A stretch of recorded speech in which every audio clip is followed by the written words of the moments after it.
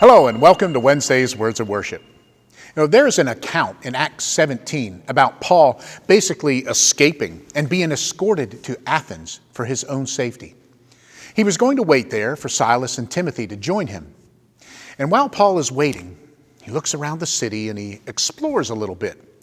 And verse 16 says this: "He was greatly distressed to see that the city was full of idols." Now, if you're familiar with the Ten Commandments, you know God's stance on idols.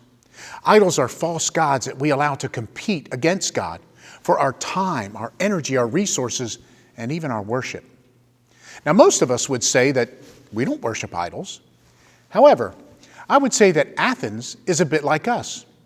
At the time of this account, Athens was the center for Greek culture and philosophy and education, and the people were always ready to hear something new.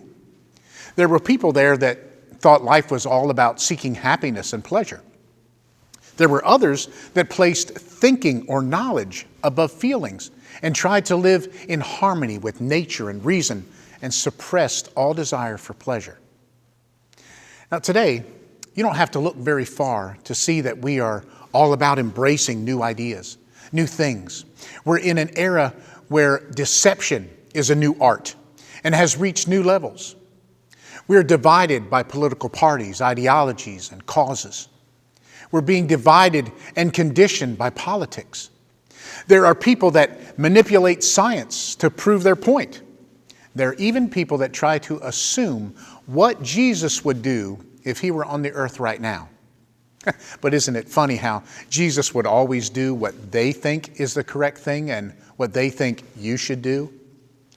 Sadly, there are even churches that are led by pastors that have strayed so far from the Word of God that they have diminished themselves to a social event instead of a house and a place of worship and teaching the Word of God. Now, if you're listening to my voice, you know that this world seems kind of turned upside down. Right is called wrong, and wrong is passed off as right, and to disagree is being intolerant or labeled any number of phobias. Our ideologies and our opinions have become our idols, and just like the people of Athens that were misled by all of these things and felt that idols and idol worship was the answer, we need to guard our hearts and be careful that we are not misled in the same fashion.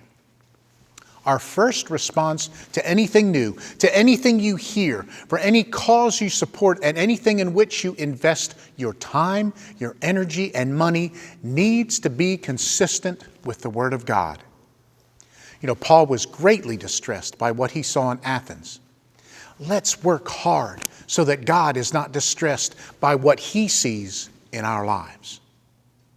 Hey, thanks for listening, and I hope to see you again next week.